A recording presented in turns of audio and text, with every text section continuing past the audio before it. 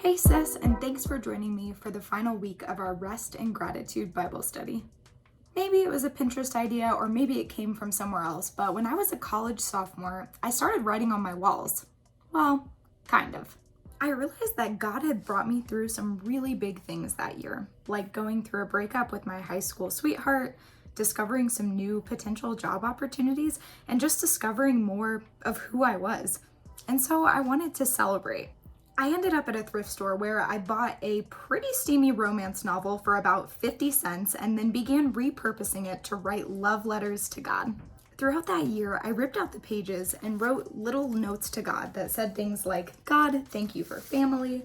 Lord, thank you for brokenness because it helps me appreciate and love you more.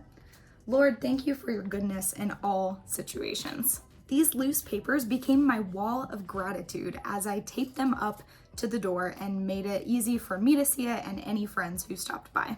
As you can see, I still have the papers from a few years back because I never want to forget how God has shown me the way that He loves me. Let's zoom out for a second.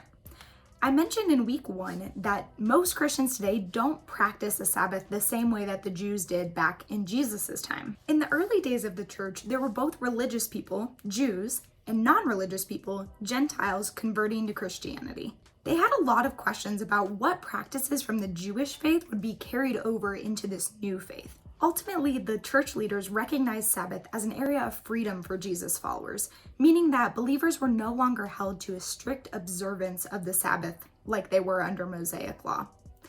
Go ahead now and explore this a little bit more by answering questions 1 and 2 in your workbook.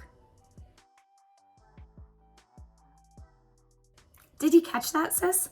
Paul says in the Colossians passage that the Mosaic covenant of the Jews was actually a shadow of the substance or reality of things to come, all pointing to Christ. When we put our trust in Jesus, He becomes our rest.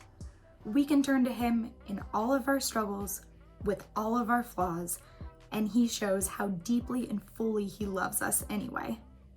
Throughout this study, we've spent a little bit of time together practicing rest and gratitude. Through week 2, just being in the presence of God, and week 3, naming the things that we're grateful for.